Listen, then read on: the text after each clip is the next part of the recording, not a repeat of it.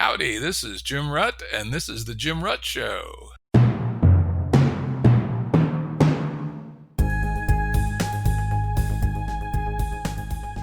Listeners have asked us to provide pointers to some of the resources we talk about on the show.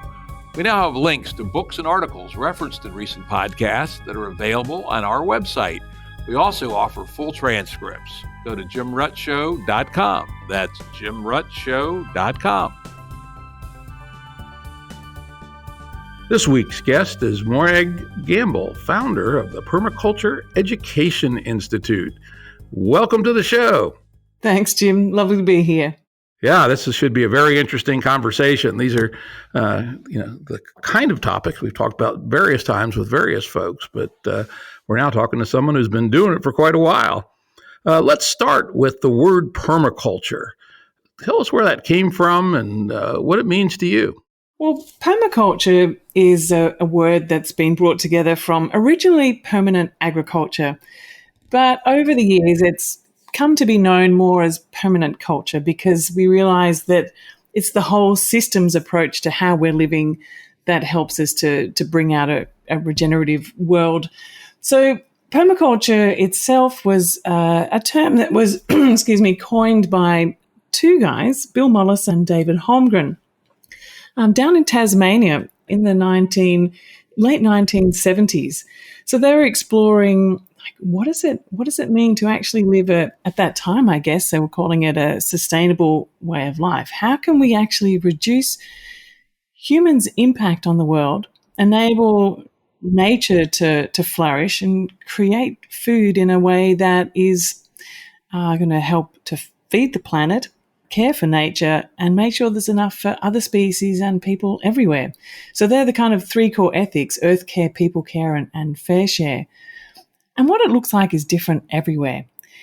Bill Mollison, as soon as it really began, he started traveling the world sharing this idea. He traveled to countries everywhere. He traveled to refugee areas. He traveled into the heart of India, and he traveled to New York and found ways to apply this ecological way of thinking to whatever context it was. And so essentially permaculture, if you want to describe it in a simplest way, I think it's about designing for one planet living. How can we actually create human habitats that create well-being for people, well-being for the planet, that are nourishing, that are about abundance, not about limit, and that are also beautiful. So I think it's about regeneration. It's about repair. It's about living well, is what I really think permaculture is about. Yeah, the other thing I found that was interesting as I did a little reading for this show, as I always do, is that the proponents have always talked about it operating at multiple levels. The individual, the household, the community, the nation. Basically, everybody can play the game of permaculture. Yeah, look, I live in an eco-village that's been designed using the principles of permaculture. So it's a 640-acre property that 250 people live in, and the whole place has the underpinnings of permaculture.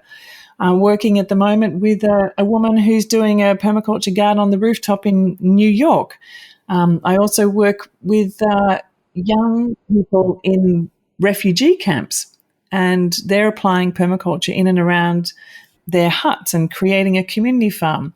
Another project I was involved in starting was a city farm, and this city farm was designed on permaculture principles. It's a 4-acre farm in the middle of Brisbane that integrates food and community, education, and has become an amazing hub for people who are thinking differently about what it means to live well in urban environments. So, as you say, it can be applied to households. I think, actually, I even designed my work life around permaculture thinking because it just makes so much sense. It helps to create a level of balance, a level of contribution, to embed an ethical way and to really think about how to be for me, it's about being in service at the same time as designing a way forward for other people. So supporting people to design their own places, supporting people to educate, supporting people to develop their own ecological enterprises.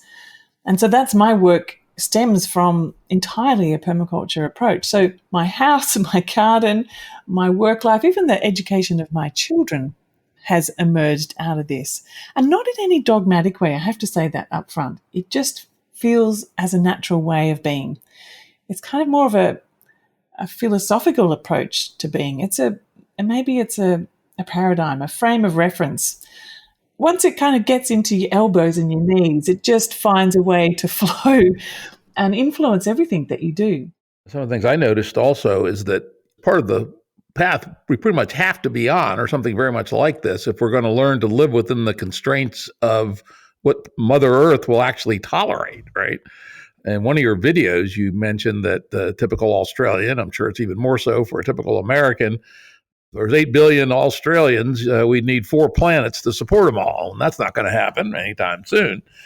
More than just something that's nice and maybe a better way to live, isn't it really something fundamental that we have to do as a human species in this coming century? It's absolutely essential. And, like I said right at the start, I really describe now permaculture as one planet living.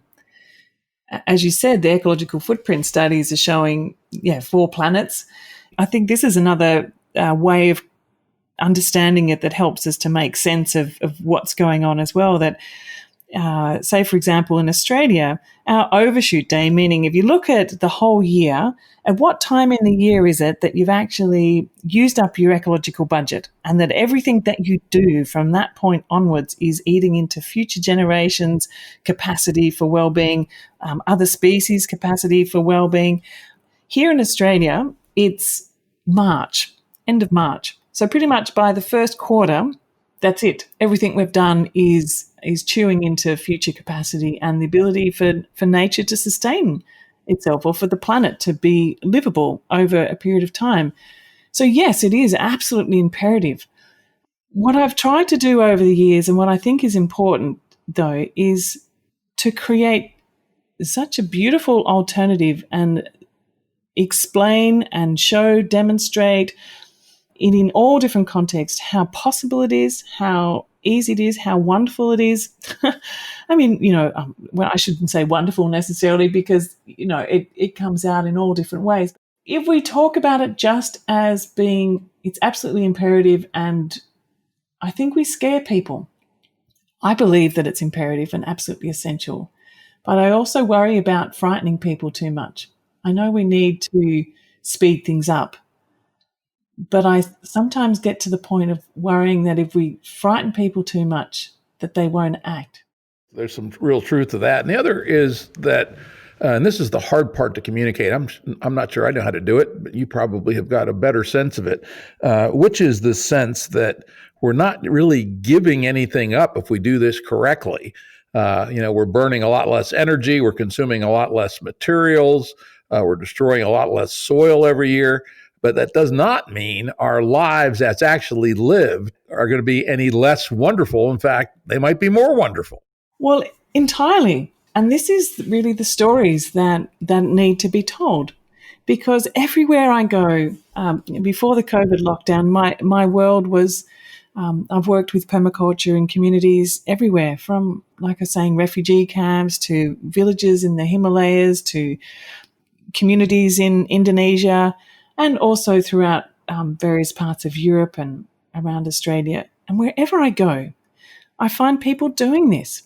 And they're doing it because they've experienced how much richness that they get from this, how much joy. They talk about having experienced depression or loneliness or anxiety or fear and lack, and just an absolute despair around where things are going, the meaninglessness of lots of things that were going, the inequities that they would see, the purposelessness of so much. And when they experienced this other way of where the richness is in the connections and the relationships that are formed within a community of practice, within your own ecological system. I mean, one of my biggest joys that gives me so much happiness is waking up in the morning and looking out and noticing a little Joey hopping out of the pouch of its mother for almost the first time and just finding its legs, or noticing how my son responds to watching that and feeling a great sense of joy of that connectedness, or hearing the rainbirds come in, noticing that it's the shift in season and the rainbirds have entered into, they come to this particular tree in my garden every year, and I know that that's the start of the rainy season. And just feeling that deep sense of connectedness, and also seeing how other people around are responding to that, and that sense of joy and the ease and feeling comfortable in their own skin. And even though maybe you don't necessarily have that much, there's a sense of joy that's emanating. So how is it that we're measuring what is a good life? How are we measuring what is success? How do we measure what is appropriate development? And stepping back and taking a different look at that. But I see this everywhere. I see this in all the communities I go to. And I remember talking to many classes that I've talked to that every corner of the world I go to, I see this. And so how I describe permaculture is it's a mycelium network that is reaching out across the globe, connecting people underground. It's not very visible necessarily, but it's absolutely there. I think in the last 30 or 40 years since permaculture has been in existence, it's reached just about every country in the world. And so many people know about it. Many of them are practicing it intensely. Many of them are just weaving it in some way. Many people, of course, are just doing this, and it's not even called permaculture. It just is for them. And so I think the term permaculture can be quite enabling when people experience it, because they think, oh, great, there's a term for all of that I've been thinking about and that I've been doing. And it connects me with this global network of people who are also thinking like that. And I found a group of people that I can explore this with. So I'm finding that it's incredibly hopeful, actually, because there is this informal network without a leader. There is no leader of this movement. There are ambassadors, maybe we could call them. There are educators, demonstrators, activators, people who kind of catalyze action. But it speaks for itself. When it works well, you don't need to convince people of it, because if you see a farm that's run with these principles as opposed to a conventional one, you just need to look at it and you can see the difference. Or if you look at a community garden, for example, that's in this beautiful food forest, and the amount of people that are drawn into that and to experience it and just to be there. One of the things that I remember about the city farm that we started, over 25 years ago now in the city, was that people would come in and they would just take this great big breath out. They would sigh. They'd say, this feels like home, or this is such an oasis. I never knew this was here. There was this sense of coming home. I mean, really, there was like road zipping around, there's flyovers, there's trains, there's all sorts of things going on around. But enter into that space and there was a sense of peace. And it was interesting too, noticing there that other things happen. So it is about the food, it's about the energy systems, it's about having a less of an impact. But there's this healing that happens. Some people who would come down, I remember this one guy in particular who came down to the farm. He had this incredible stutter, and it was really challenging to understand what he was talking about. But after being there for a while, because people, when they came into that, they slowed down. They slowed down and they listened, and they took the time to pay attention. I don't know when it actually happened, but after about 6 months, we were having a conversation, and I all of a sudden realized that his stutter had completely gone. And he became the person who was doing the tours around. He invited the Lord Mayor to come in. He organised Indigenous concerts. There was something that happened simply by taking the time to notice. And so there's such a healing capacity on people, but also on the environments around. If we stop to notice what's going on in the soil, for example, we notice whether it's alive and thriving or whether it's really struggling. It's the time taken to pay attention, to care about the qualities of it, not just the quantity of it, like focusing on not on the yield, the maximizing yield, but the health of the system as a whole, or the health of that community. And so the focus and the attention and what you consider to be working well, like the measures of success, are completely different. And it's hard to argue those things. I don't have the data or the facts. I have the stories, and that's what I can share. And that's where I really loved coming in contact with people like Nora Bates and with Warm Data. And it's what happens in the in-between, in the liminal space. What is the conditions for those changes to take place, or for that healing to happen, or for that new perception to be held? What is the richness of and the texture and the aesthetic of that? And so there's new language that her work in Warm Data has brought to how I feel like I'm able to communicate this work. Yeah, Nora is wonderful. She's been on the show before, and we've collaborated with her for quite a while, and she's part of our Game B effort. She sees something that few of us see, I guess is the way to describe it. Well, we've just started collaborating. The very first of the 10,000 Communities project is something that I've been working on with her. So her 10,000 Communities project, in collaboration with the Club of Rome, is about supporting communities everywhere to be having these conversations. And so on a recent Warm Data training program, I managed to connect with her in one of her last face-to-face ones she was able to do before the lockdowns. And I took my daughter as well. So my 14-year-old daughter, she was 13 at the time, became a Warm Data Lab host as well, and my husband. So all of us went together and did it as a family, which was just absolutely brilliant. Anyway, so I was there as a support person in her first online training, and there was a man there from a refugee camp in Uganda. And as we were talking about things, we started talking about permaculture and the perma-youth programs that are rippling out with the work that my daughter does. And he said, this is exactly what we need in our refugee camp. I'm trying to work with young people to, with education, with health, and looking at what we can do here.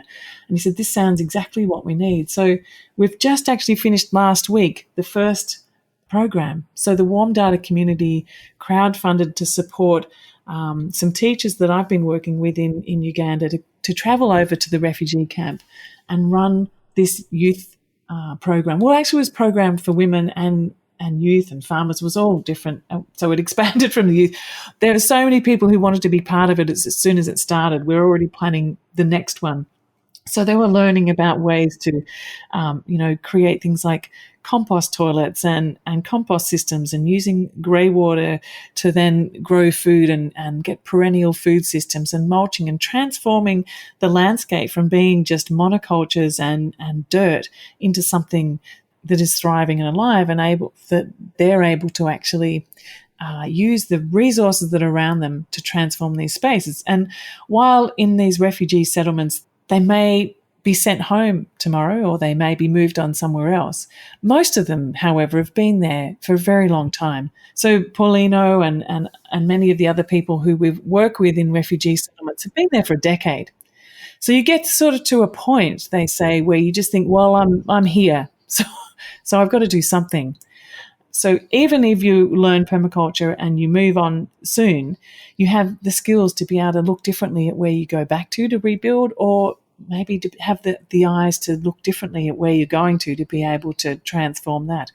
And in the meantime, creating possibilities for nourishing food, for reducing sort of puddles that are create mosquito problems, of creating cooler habitats with more trees and life in it, and creating projects where people come together. Just the depression is absolutely rife in places like that. And also with all the schools that are locked down throughout Kenya, the Perma-youth programs that have been happening too have been providing living learning labs where they give young people a place to actually continue their learning in a really integrated way, in a systems way. So I wonder actually when schools do open, what's going to happen, because they've sort of had a perspective on a different way of learning now too, and connecting globally with a community of youth learning permaculture. So yeah, Warm Data, permaculture, refugee camps, all starting to find this connective thread. And I'm seeing teachers that are learning there now in the refugee camps going to different parts of camps or to other camps now to ripple this out. So it has a life, and it's started to myceliate, and it's absolutely amazing. I've been receiving on this WhatsApp feed photographs of there was this group of people with 7 different languages, hardly they're not a language to share amongst them, but this absolute joy. They were dancing and singing together. They were building and making things together. There was this transformative thing that was happening. And Paulino, who held this event, was just saying he's not seen anything like that before. And people are just saying they want to do more of that. So this is kind of that invitation. What is it about the aesthetic of that way of doing things that becomes so attractive that instead of running a class and abouting about things, as Nora talked about, that people are thrown into the soup of it and having an experience, an immersion of something that is really about care and respect and about the opportunity to design spaces yourself. So I guess in a way there's an empowerment there. There's a self-determination, a self-organization that is unlocked in this potential. Yeah, and this is also where the culture part comes in, right? That what's happening here is, if it's done fully and completely, is that we're actually building. Back in the 60s, they talked about the counterculture, but that basically meant having long hair and wearing blue jeans and smoking a little reefer, maybe. But this is a much bigger counterculture. This is learning to say no to the game of status through material possessions, right? And to define a new form of value in terms of your relationships, in terms of conviviality, which used to be one of the core values of human life amongst indigenous people for sure, but even European people not that long ago. This is not just a little turn if this is done correctly. And what I find interesting too is that, say, for example, though, in these refugee camps, they don't actually have anything already. It is about meeting basic needs, but in a completely different way. But what I have noticed too is that, so I run lots of online connections and programs with different people, and from Perma Youth to permaculture education and permaculture business thinking masterclasses, and I get people to kind of come together and talk. And I offer anyone who lives in a refugee camp or in any of those sorts of communities can access all of this stuff for free. There's full scholarships to anyone who wants to join and they've got the data, and I try and support them with that as well.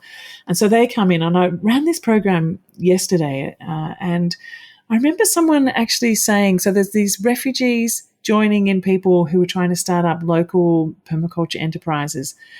And this one woman said, I'd been thinking for such a long time about feathering my own nest and finding ways just to make sure I was okay. And when I'm in conversation with people like this, who are on the other side of the world, who are stuck in these places, it opens up my mind of really what the possibilities that I can be doing. And that by just thinking of feathering my nest is really a limiting factor. That I can take care of me and my family, but I can simultaneously take care much wider. And that in actual fact, it doesn't split it. It's not like there's a pie, and when you chop it up, there's only a certain amount. It's like when you have children, so you have one child and there's so much love, and then when you have the second child, it's not splitting love, you just get more love. It's a bit like that with care. Like, you can care about you can care about your family, you can care about your local environment, but you can simultaneously care about people elsewhere. And so it's this expanding field of care and love, which sounds a bit woo, but it absolutely is kind of at the core of this, I believe, that when we can expand our sense of self into that space of caring about what is happening to other people in other places and other species, then that brings back a level of richness and joy in our own daily lives, in our own daily places, in our own daily work as well. And so this woman's reflection on the fact that simply by connecting with people in other parts of the world and finding ways to support their work too. So, we have these things like 1% for the planet and all that. So what I often recommend to people is we think about, well, how can we have 1/3 that's work for learning, 1/3 that's work for income, and 1/3 that's work for community and sharing. And that can be too also in the, why limit it to 1% where we could maybe give away half? Would that really make that much difference? I don't know. Maybe the more abundance that we give away, the more abundance that we create. Coming from a perspective of abundance as opposed to limit, I think we can generate something quite other. And this 1/3, 1/3, 1/3 was actually something that I was inspired to consider and really find how I could lean into it when I've visited lots of different eco-villages around the world. As I said, I've lived in an eco-village for a few decades now, and I'm fascinated by what other communities are doing elsewhere. And one of the projects I visited in Italy, and I think you might have talked about this on a previous show, is Damanhur. Now, Damanhur is a fascinating place in lots of different ways, but I was particularly fascinated by their economic model, the way that in your daily work pattern, as I said before, it's this 1/3 of it is dedicated to learning. So if you were wanting, for example, to become someone who did beautiful mosaics, like an artist, you would get sent to go and learn with the best master in mosaic art that they could find. And then you would come back, and then part of that would be doing mosaics for income, but then you would also spend time teaching that to other people and doing it as community service in their community buildings and their underground amazing temples and things. So you had 1/3 for learning and sharing, 1/3 for work, and 1/3 for community service. And I just found that to be such a beautiful balance, because I think we tend to get out of whack with our work-life balance. And also just that there was a broader sense of community and family. The work week was shorter. They'd say, okay, you only work 4 days a week. And then on the 5th day of your week and within your broader households, you would be caring for other people in the family or community or out in the gardens. And so there was this opportunity to really value too the work, the homework, and not put that as something that's just undervalued, unpaid, that you do around the edges. Another place that really inspired me was living in Ladakh when I was there in my 20s with volunteering with Helena Norberg Hodge. And we started this program up there way back in the mid-90s. It was a farm stay program where it actually started because there was this very lovely old English woman who came in and said, well, I could organise something to teach your ladies how to speak English if you like. And it was all done from a good heart, but I remember the ladies looking at her and said, how about you gather some people together and send them out to our villages and we'll teach them how to speak Ladakhi and live Ladakhi. And so this is kind of the foundation of the farm stay program. And my husband and I were the guinea pigs of this program. And so we went out and lived out in this village that was only accessible by walking up through these valleys. And there was this, a short work year, because the rest of it kind of went into massive lockdown. 8 months of the year were locked down with snow everywhere and ice. So the main part of the work here was in this active time of 4 months, and people were busy, but it wasn't busy and hard. It was, you would get up and you'd go out and do some work, and then you'd sit down and have your breakfast, and then you'd do a little bit more, and then there'd be morning tea. Or actually there'd be pre-morning tea, then morning tea, and then lunch. And everything was around the food and the coming together and the songs. And there was the old people and the young people, and everyone was there together in these extended families, all the generations, but in a steady pace that integrated music and family and song, and sitting under an apricot tree, just having a munch on the most magnificent apricots I'd ever tasted. And then the whole process of making bread from scratch, actually grinding the grain by hand, and singing to the yaks as they crushed the grain off the stalks, and milking the yaks, and then going and making some butter and yogurt from the yak milk, which would be what would rise the bread. And I remember eating this piece of bread that was cooked in a yak dung fire, thinking, I don't think we've got it right at all in our society.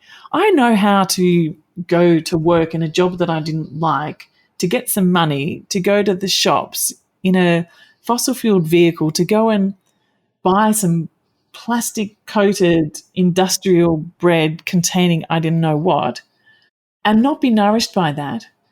And I didn't even know how to make bread at that point.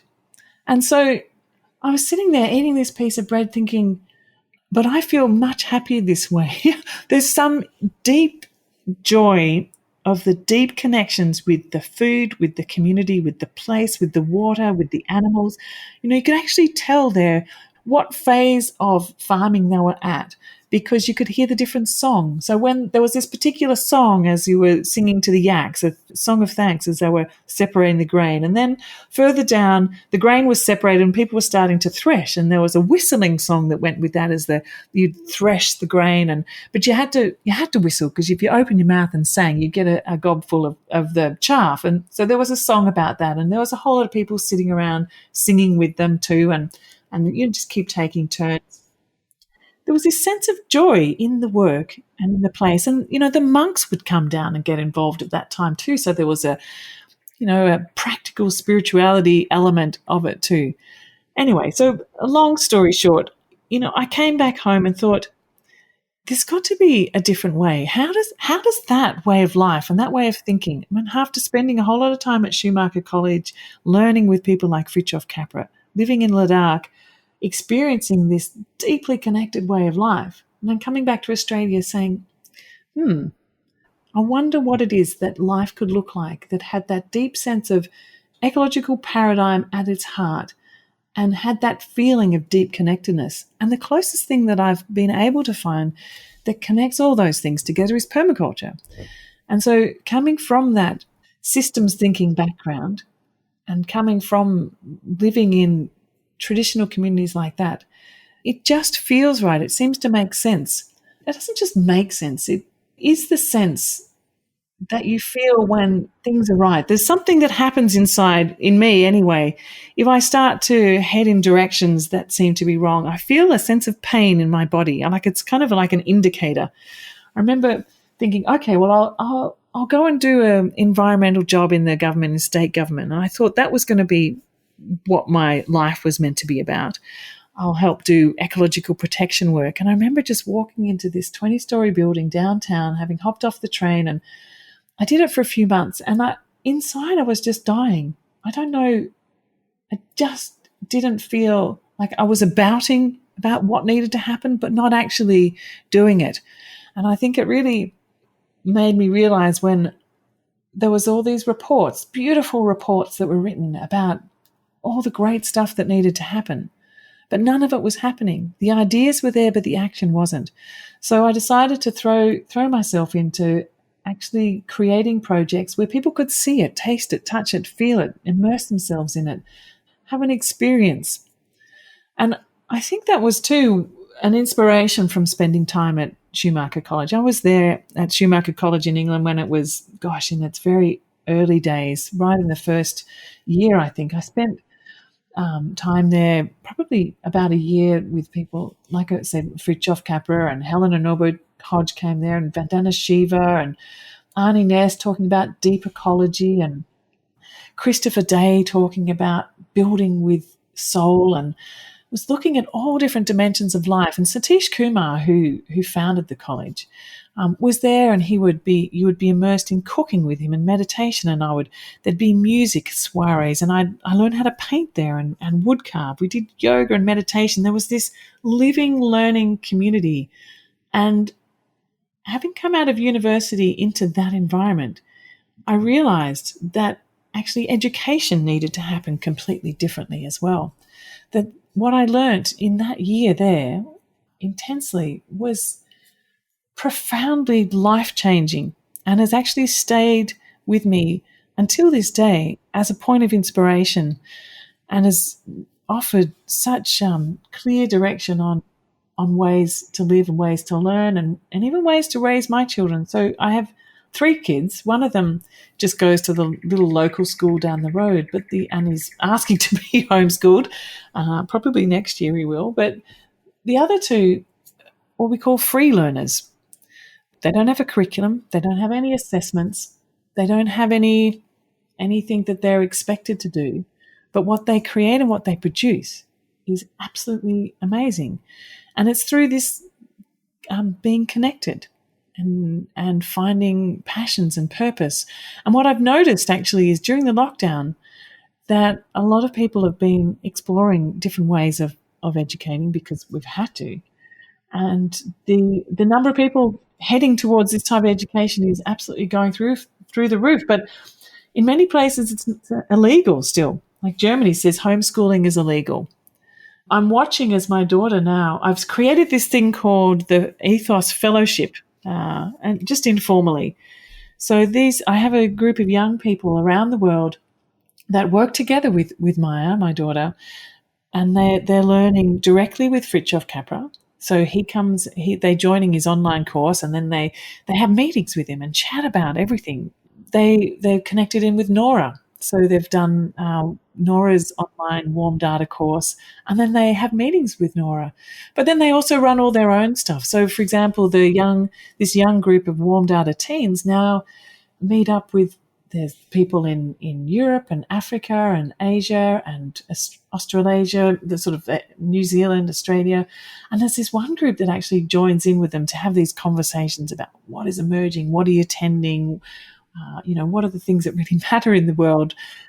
There's this group that joined in from Liberia, and it was kind of a bit of a mind-blowing moment for everybody. This group came in, and it was kind of a bit hard to understand them to begin with because they were talking in Liberian English. But what I heard was them saying they were talking about how he said, my sister was raped and killed, and started talking about all this. And I could see, these young protected kids from different parts of the world just being in absolute shock. And we went into this moment of absolute chaos. Well, actually, a few weeks of chaos, trying to work out how to make sense of what was going on. Young people here realizing the difference of their lives to the lives of other people and the trauma that the young kids in Liberia are experiencing. And one of the things that Nora talks about too is that the sharing of that trauma, I was worried that it was going to traumatize these kids. What it did was actually not traumatize them. It created a depth in their compassion and their awareness and their openings. And from that moment onwards, I think they grew up about 5 years in that time in a really good way. I was worried it was going to be traumatizing and harmful and difficult to deal with. But their compassion to open up to people and to bring in all different ideas and to hold space for people who are in trauma. The reason I'm mentioning this trauma is because wherever you look now, there are people who are being blocked for moving forward to a different way by being stuck in a space of being traumatized, whether that be through displacement, through being as a refugee or personal trauma. And so this holding space for people who are in trauma and finding ways to practically open up the possibilities for moving forward. I work now with a woman based in London, but her work is in Kashmir. And as we know, Kashmir has had decades of trauma. And she says that it's really hard actually when you're running programs there for much to happen because she said it takes 3 or 4 times for people even to hear what it is you've said because the trauma is so thick. It's like this thick soup around everyone that is really hard to penetrate. But she's finding through permaculture, through healing the land, through connecting with land, through connecting with community, that she's able to use a trauma-informed approach to permaculture to actually open up this. So with warm data and permaculture, through this richness of the connectedness, through the depth of the caring, through the time that people take to listen, deeply listen to where other people are at and to feel into that. It's like it harps back to what I'd noticed at the City Farm 20 odd years ago, that creating the spaciousness to be able to feel, to care, to notice others, other species and what's going on around us seems to feel to me to be at the core of what's going on. And within our busyness everywhere, it's kind of one of the things that falls off first. But perhaps it's one of those things that we need to put right back in the core. And finding that spaciousness for ourselves. Some people do do meditation. I go for a walk along the river when I feel my brain starting to fog through the overwhelm of the multitude of projects that I take on. I just head on out down to the river and feel that freshness, and the spaciousness comes back into as I walk. Every step I walk just brings more spaciousness. That's my thing. And people find ways to do it in whichever way. But I think finding a practice that brings that spaciousness back, so you have that capacity to expand into that field of caring, we need to give more value to than perhaps we currently do. Yeah, those are certainly all critical things. What we were talking about before is the culture change that, we have to come to value things like that rather than the fancy car, the big house, and the expensive clothes. And that's a mission of the sort you're talking about, where people get exposed to these things. They start to see there is a better way. But at the same time, we also have to, scale up some of these regenerative and permaculture agriculture. If we're really going to feed a world of 8 billion people, half of whom are urban.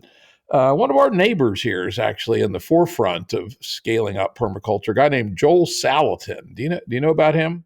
Yeah, sure do. Yeah, he lives just a few miles from us. Been to his farm many times, good friends with him.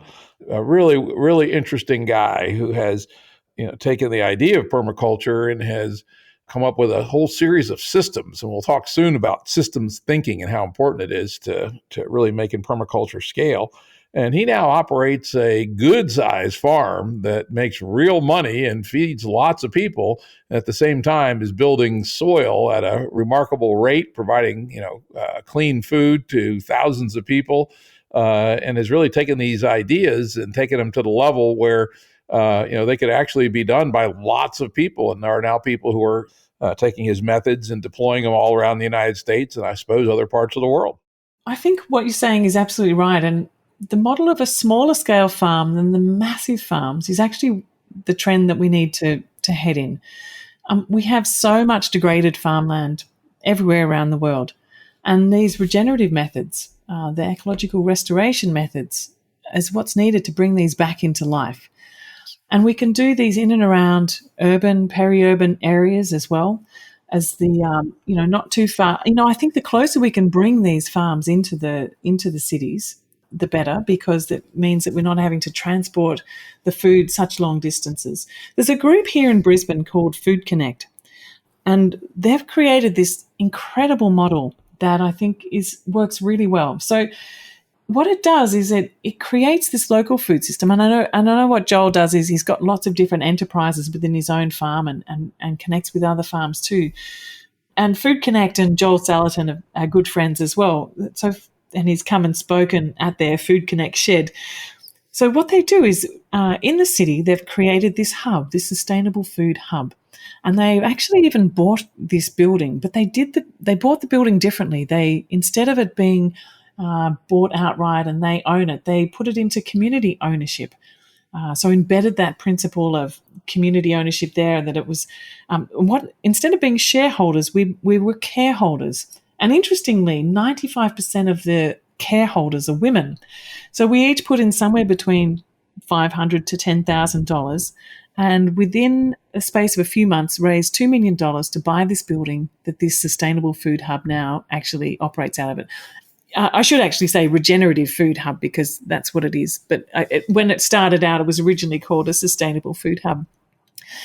So within this space, they bring in foods from farms that are within a 100-kilometre radius, and they have very deep and close relationships with all of these farms. And they have what they call city cousins and country cousins. So the city cousins are the ones who, when the food comes in and it gets boxed up, they take it out and distribute it to people in the urban areas. The country cousins actually gather the food from the various farms and bring it in. Now, there's a close relationship between all of these farms and all of the people who live there. There's relationships. They go out and help work. They might go out and help stay. They meet each other at different events. What they noticed during the lockdown, when people weren't going out to the shops, that this business quadrupled. And even when people could go back to the shops, it still was tripled. So the resilience and the robustness of these food systems in challenging times has been shown. And also the fact that these local farms have the capacity to have people like these city cousins to come out and help them if they need help, if they can't get workers from elsewhere. There's this incredible system that is working. So many more of those. There is so much space in and around the cities that is just used as maybe hobby farms or not even just abandoned land. We've been talking a lot about the possibilities of creating urban farmland trusts. So within the city that's not far from me, we have we have bushland trusts. So there's a levy that gets charged to every resident within this city. And the city is massive. The city, it's one of the biggest city metropolitan areas in the world in terms of its size. It's not in terms of population, but in terms of size. It's a mega council. So within the city of Brisbane, which is a massive area, it's a mega council, they charge money from the residents to put towards bushland trusts to create more land for native areas. So what we're currently working on is actually getting a levy to be able to buy up land that could be put for regenerative farming. And so this campaign that we're working on is going with that idea that we need to be thinking about, well, where is our food coming from for the cities in the next 10, 20, 30 years? Who are the farmers of the future? It's going to look completely different. So we need to be protecting and maintaining land that can feed the cities. Also, Melbourne, down in the southern part of Australia, is completely looking at the way that it manages its water, so that they've done mapping of the whole city, looking at where the wastewater goes, where it gets treated, how it can be treated into water that can be put directly back out to farms, and then creating massive zones there of urban farming. And so the whole of the metropolitan area of Melbourne is looking at this with a serious lens of thinking about the future of food in the cities. So I don't think that the large, expansive farms necessarily are going to be the ones which are feeding us. It's these smaller, localized networks of farms where people are regenerating the soil through the connections with the urban metabolism, which I think is one of the key things there. But also, I think what we need to be really thinking about is transforming the way that we think about food too. Probably in your country, it's similar in terms of food waste. Apparently, in our bins, we still have 40% of food that gets thrown into bins, which is biodegradable, which could actually be composted. Some countries I know and some cities have actually made it illegal, and you get fined if you put food scraps into the bins. That might help to actually transform this, but there is still so much food that can be transformed into food for the soil. Much of the food that's grown is wasted. The figure of 40%, I think, is really underestimated. If we actually think about how much food is grown, and you experience this when you have a garden or a farm yourself, you see food everywhere.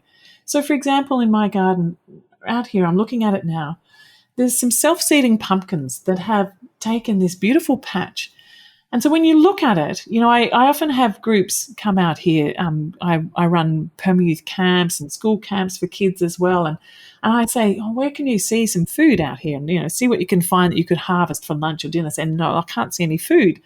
And then I start to unpack what we see out there. So a pumpkin, for example, a pumpkin vine, every single part of a pumpkin is edible. The pumpkin flesh, the pumpkin skin, the pumpkin seeds, the pumpkin vine, shoots, the flowers, the leaves. You can steam up the leaves for a couple of minutes and they're beautiful wraps that you can wrap around rice and vegetables. All of it's edible, but yet pretty much everywhere that gets thrown away.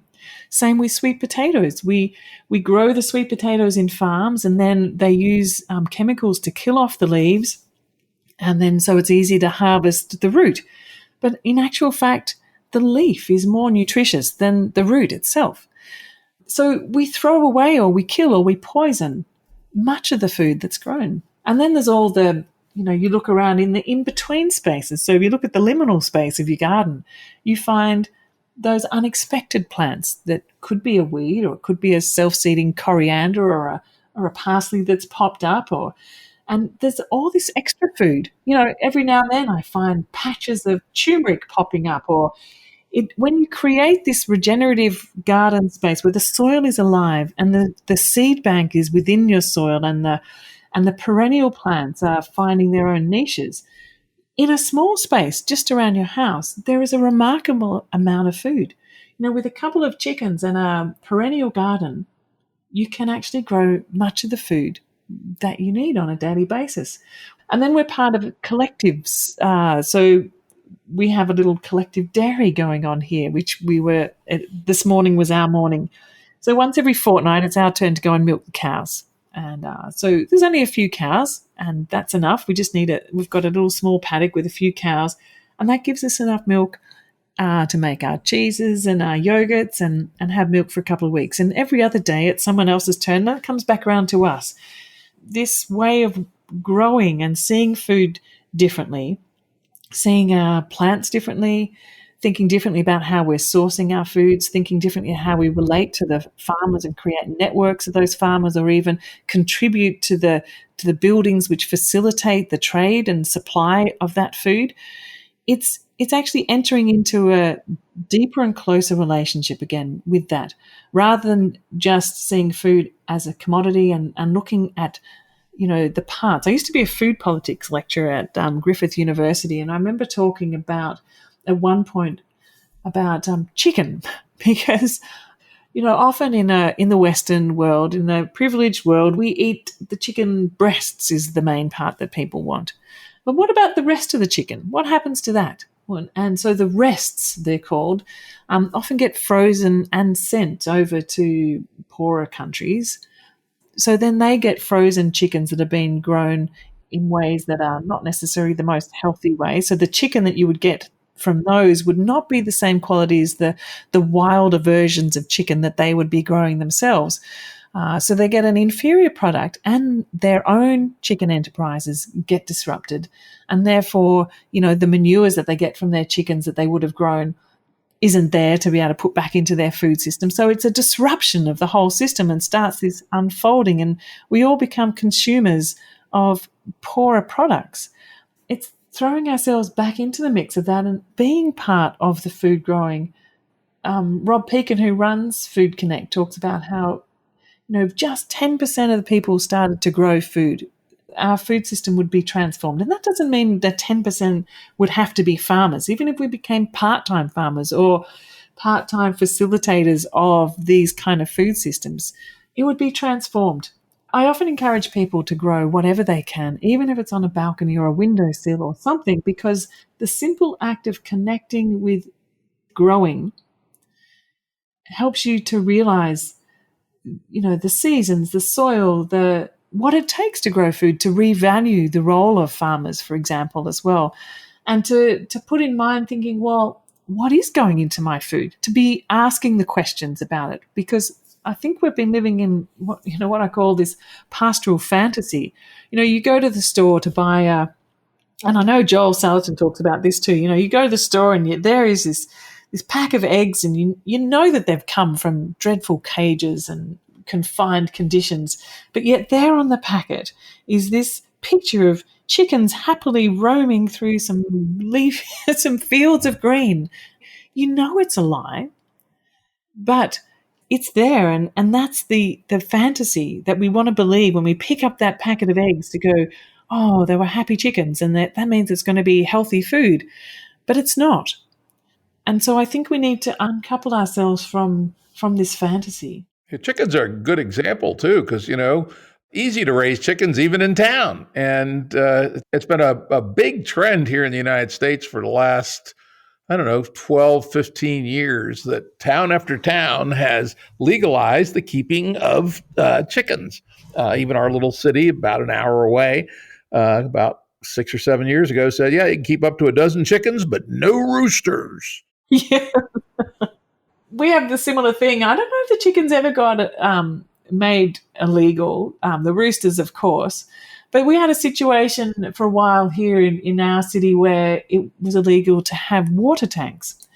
But that's turned around now. Actually, they sponsor people to get water tanks because they realise that actually it helps them to manage the runoff and the infrastructural development of more stormwater drainage and how to deal with it at the other end is massively reduced by encouraging people to sort of moderate that flushes of the flow into the system by storing it as it's coming straight off their house. And then, of course, you've got that surplus water that you can use in your garden that's not contributing to the extraction of water through the main municipal system and all the pumps. And so there's been a turnaround. There's been a wake-up, and it often comes with a crisis. That came as a result of big floods and droughts and having to rethink it.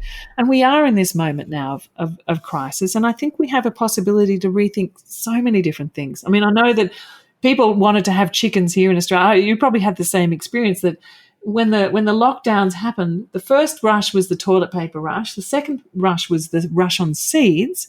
And the third rush was the rush on chickens.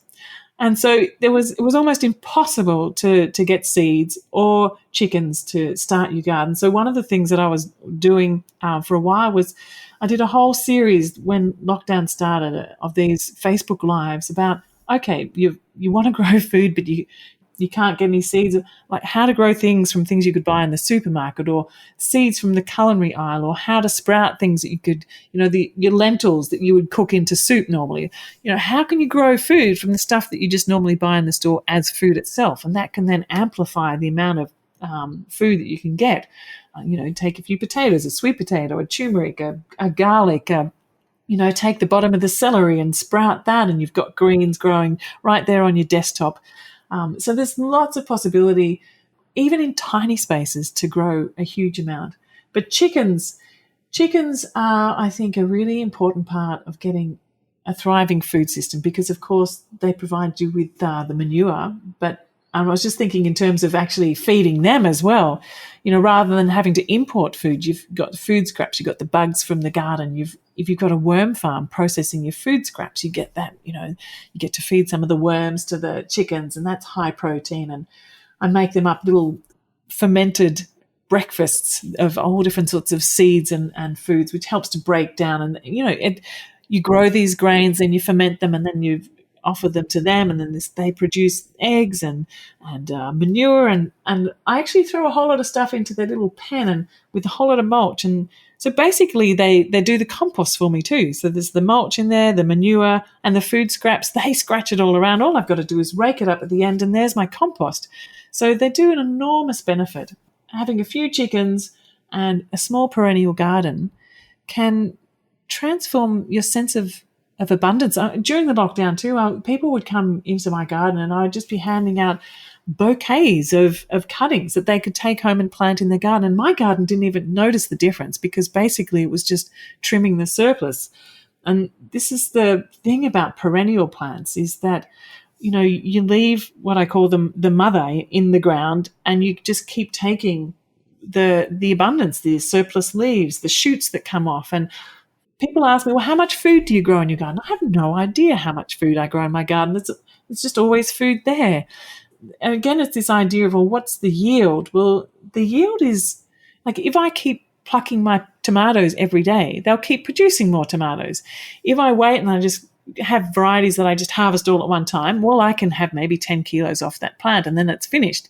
But if I just do that consistent, like if I pluck a leaf, then new leaves come. If I pluck a tomato, new tomato flowers come. It's this, life responds differently to how you interact. So it's a beautiful thing, actually. I feel a real sense of deep security in knowing that I'm surrounded by food. It's a kind of feeling of safety that you can't buy. And it's the same too with having, I've designed my way of life so that I'm debt-free. I built the house and set up this whole place in a way that I never took out a single loan from anywhere. And what that's enabled me to do is to not only have this sense of security, but also a sense of freedom of choosing the kind of work that I do without the anxiety, I suppose, of being forced to do it differently.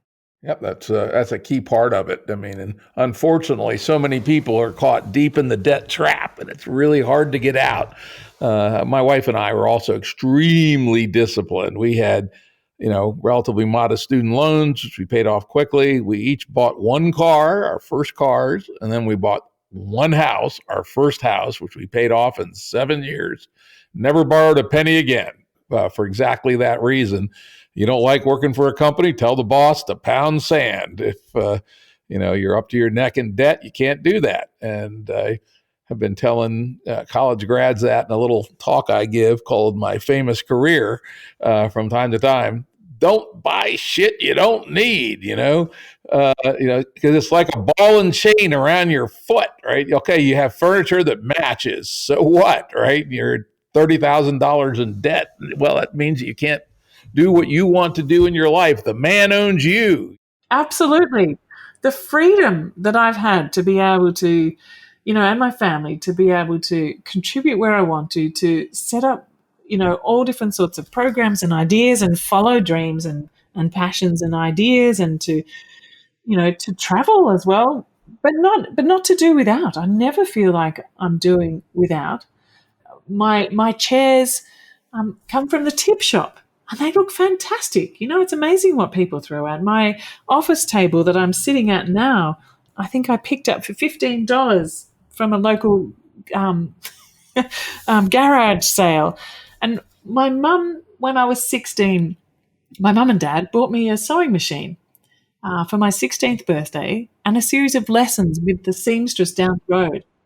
If you want to, have interesting clothes or something different, it's really easy to make them or upcycle something or fix things if they get a bit broken. One of my skirts, I just noticed that it was getting a bit ripped. You don't notice these things so much during lockdown because you're not going out. I've got to get mending again, but I can. It's knowing that I can make, I can fix stuff, I can build. I designed and built this place. Before I built it, my husband and I had only ever built a coffee table, but we worked it out, and a bit of help from our friends and our family, and asking people. So you said, you borrowed and then you paid off in 7 years. So we took the other angle of going, okay, well, we'll just build in buildable, affordable modules. So we built the smallest thing you could call a house first after we'd saved a little bit of money and finished that. And then we built a little extra studio here, which has become my office. And then we connected the bit with the middle section, which is what we call the kid pod, where their bedrooms and homeschooling room is. And so there's these modules. And what I like about this too is that as I got the funds, we were just able to do the next bit. And it was all livable and beautiful. The essential part of the house was there. And as it expanded. But I do lament sometimes about, I loved my outdoor bath, looking up at the stars. I don't have that anymore. I'm actually thinking I might reinstate one just because I miss it so much. It's beautiful looking up and at the Milky Way in a beautiful bath at nighttime. There's something really special about that. Yeah, there certainly is. We had an outside shower at a little cottage on the lake my wife's family had up in Canada, and the water was not heated, came right out of the lake, and the Canadian lake is not too warm, but you're absolutely right. There's something special about that. Yeah, it's beautiful. It's really beautiful. But anyway, so we did it bit by bit, and, it's pretty much complete. But the thing is that also being involved in the making of the house, if something goes wrong, I know how to fix it. We just the other day were fixing the gutters because, they'd finally, after 15, 20 years, started to fall apart. We fixed that. This being empowered to understand how the system works and to be able to interact with it and to modify it and to adapt it over time, I think is really fantastic. The other thing that's really nice that I love about it is the kitchen benches, for example, came from, there was a tree in the campground at the EcoVillage where I live that was about to fall down. It was a bit of a threat for the campers underneath. And so they took it down, and we got a mobile sawmill to come in and slab it up, and we stored it under the house that we're building for about 12 months. And then when we were ready to build the kitchen, it was ready. And then we just sort of shaped it. And so the kitchen bench is sort of a bit informal shape, but it's beautiful. And I know exactly where the trees come from. Same with the veranda rail. So when you're leaning on the veranda rail, looking out across the garden, you're leaning on this piece of wood that you know where it's come from and how it reached you and who crafted it into that shape. And so the way that you interact then with this building, it has a life, it has a depth. The culture is emerged. It's not just a house with manufactured products and things. It's a habitat, and it's been crafted. And I find that deeply satisfying. It hasn't cost a fortune to build. It's been incredibly affordable and incredibly enriching. A mindset that you had that very few people have. And that's the change that has to occur if this way of living is going to really become a pattern. If we're going to save the 8 billion people on this planet, it can't just be a few of us. It's got to become a big movement. Actually, we're getting late here in time. It's been a very fascinating conversation. But before we go, I'd love to dig in a little bit into your Crystal Waters community and how it came together, how it's managed, what some of the governance structures, some of the things that a lot of people are interested in. How do you make an eco-village or other form of non-traditional living community actually work?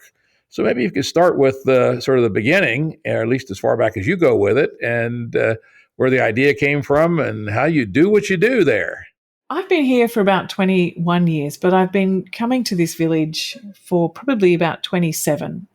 It was started its roots began back in the 70s. There was a group of people that came wanting to create an intentional community, a cooperative, and sort of the back to the lander type community. This area is really very interesting, this whole bioregion actually, because the nearest town, Mullaney, is quite remarkable. It was a dying rural town, but these back to the land, young educated people who are sort of leaving the city saying we're looking for something else, came here and said, well, there's not any of the food that we want to eat. There's not even a bank here. There's nowhere to meet or have fun together. There's no work. And so they started creating cooperatives. And it's probably one of the biggest cooperative towns outside of Mondragon. So there was community cooperatives, housing cooperatives. They started their own bank as a community cooperative, which still exists up in town now. The food cooperative, so that's still there and employs dozens of people. Started out as a volunteer thing. But anyway, Crystal Waters emerged in that whole ethos of moving back to the land, finding a different way to live, trying to make sense of what was going on in the world in the 70s and that whole kind of shock that was happening then. And this community here at Crystal Waters, one guy, Bob Sample, his family owned this whole valley. And he said, can I just have this little bit over here on the corner to start a community? And so that's what happened. It was in the foothills. So up behind us we have National Park and State Forest, and we have some quite steeply wooded slopes coming down onto a bit of a river flats at the base.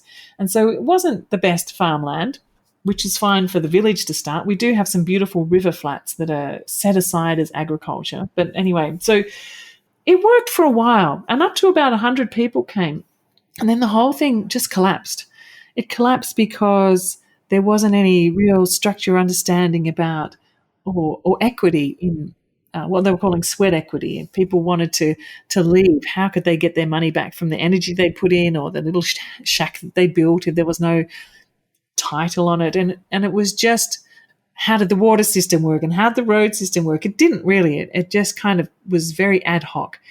So a lot of people left.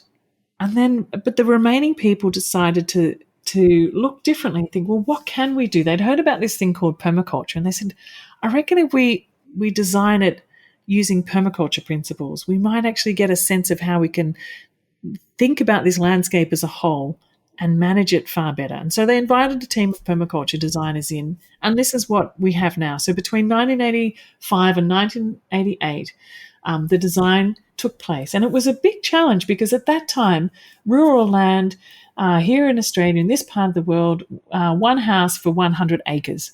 So we now have 83 households living on 640 acres. So we were only really meant to be able to have 6. So it took quite some time to get legal changes, planning changes.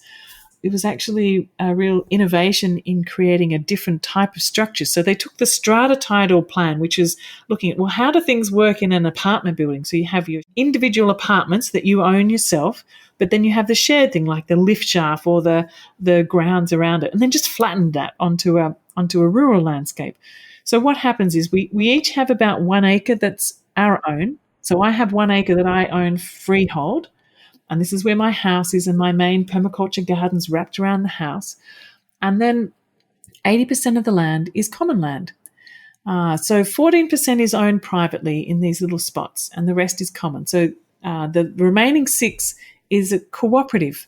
And our cooperative is where we have our village green, we have markets and music events, we have shared buildings which we can use to hire to do facilities, we have a shared kitchen if we want to do some kind of shared cooking or meals. There's regular events and cafes that happen. I think that's a really key thing, that we do have our own space that we can be in, and there's space in between us. But then there's this opportunity for community, which the commons, I think, is the really important part. The commons is the forested area. The commons is the river space. The commons is the agricultural areas where, you can license a section if you want to do an agricultural activity. Honestly, most of the agricultural activity or food growing activity happens in and around our houses. It's remarkable how much you can actually do on 1 acre. I mean, I don't even use my entire 1 acre.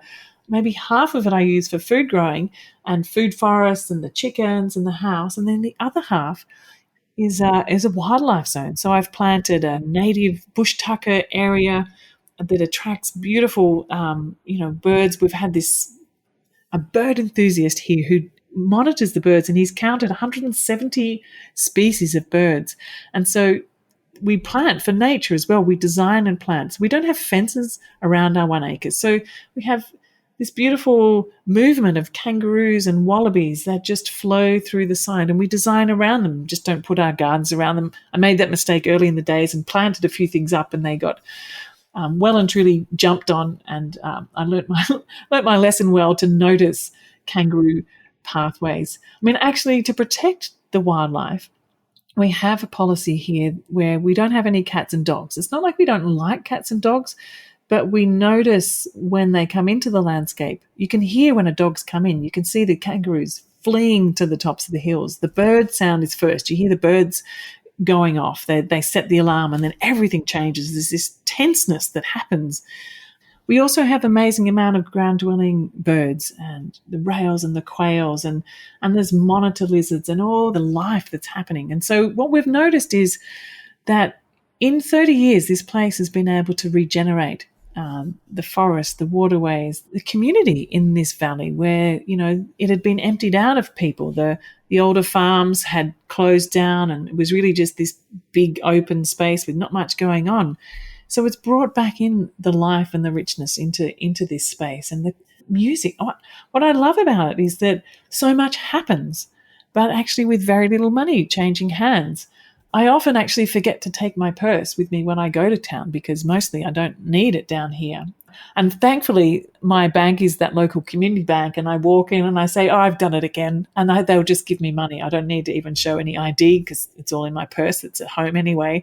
They know you. There's this beautiful sense of trust and community that exists there. And what also in that local bank, often we have a bush regeneration cooperative called Barang Landcare, which is linked with the Indigenous community as well. And sometimes there's trees in there. So you go in and you get some money out and you can pick up a free tree that's helping to regenerate the landscape with native species too.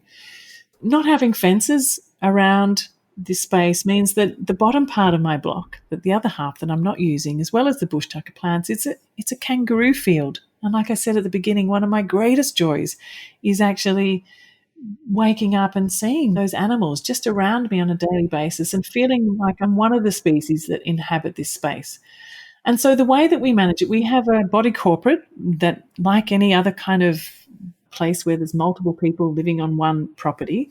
So the body corporate's here to manage things like just the basic infrastructure, the roads and the water system. So we have 2 key water systems.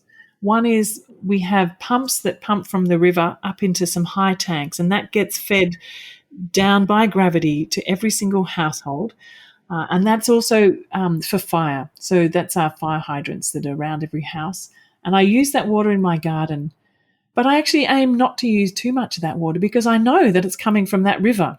And I know there's platypus in the river. So I'm really conscious actually about how much of that I use. So my main priority is actually to store and collect water that falls on site. So I have at least 50,000 litres of tank storage off my house, and I've designed the gardens to be terraced and to hold as much moisture in the soil as possible.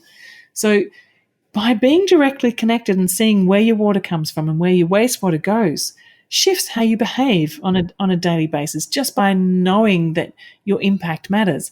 So all the water that comes into my house, I know where it's come from, and all the water that goes out of my house, for example, goes into the landscape around me. So if I contaminate my water, I'm contaminating my soil, which means I'm contaminating my food and the place where my children play and the place where the kangaroos roam. And so I don't. I think carefully about what I put down the sink. And I also think in terms of living in a very dry country, I mean, I can do this here because I live in the country and it's different in a city, I know, but I have a composting toilet in the house. I don't have a flush toilet because if I have to think about how much water I have to collect, either from the river or off the roof to flush that amount every day, it has an enormous impact. And then what do you do with all that water? You have to process and clean it somehow. So you're pooing in water, you've got to then take it out of the water again before you can release it back into the environment. So we have compost toilets, and then the compost just gets buried underneath the fruit trees or around areas that need a bit of extra nourishment, not in the leafy green area, obviously, but anywhere else. And so it's about trying to close the loops and bring the systems that we need to support us as low as possible. And basically my key goal in moving to this place and living the way that I do is to try and demonstrate what is a one planet way of living. How can you reduce your impact by around 80%? So that, what is it that we need to live a one planet way of life, and show how you can do that beautifully with comfort, with looking something mostly like what most people would expect.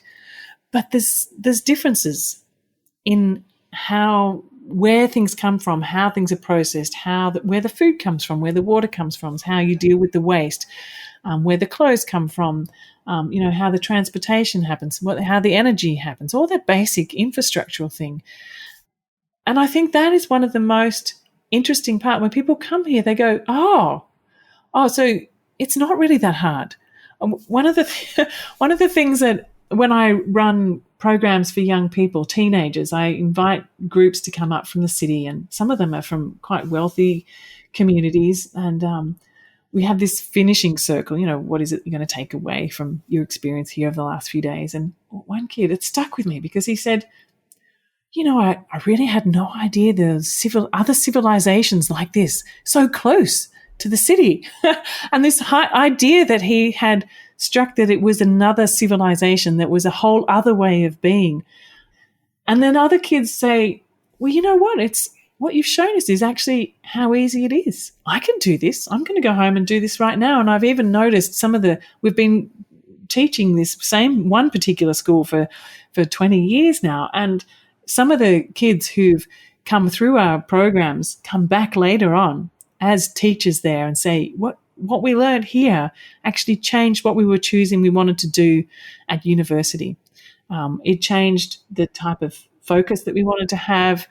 And even other people have said, well, even if we went down into engineering, but it made me think differently. Maybe it made me think that I wanted to do something that I could use engineering to help clean water, for example. And I think this is, it's about adding on this shift of perception into wherever we are in our lives, whether we are in the health professions or the building profession or in the food growing profession or wherever it is that our lives find us, that it's this shift in perception that there are other ways of doing it that mean that we can live a one planet way of life, that we can diminish our footprint by 80% without lack, but actually a huge amount of abundance and joy that comes from that.